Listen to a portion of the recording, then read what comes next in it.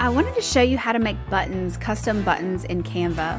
So you go to Canva and you're going to just search templates for the word buttons.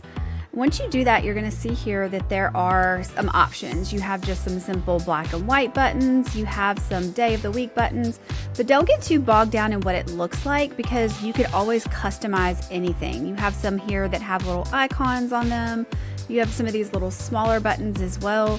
And so you can scroll through these templates and find a button that you feel would be best for what you are looking for.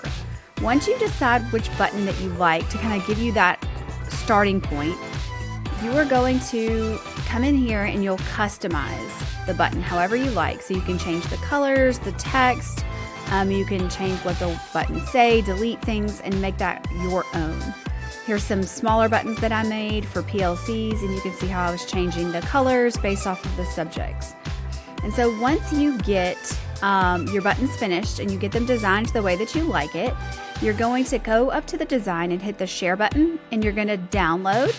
You want to choose a PNG and a transparent background, and then you're going to download. But there's a trick before you do this that I wanted to share. So do you see here how on these individual pages of the design, I have them named? So what that will do is that will allow it to name the individual files so that they're really easy to find when you go and use these. So now I can go to my downloads, and I can see these are my PLC buttons. They're going to be zipped up because they're all individual PNGs.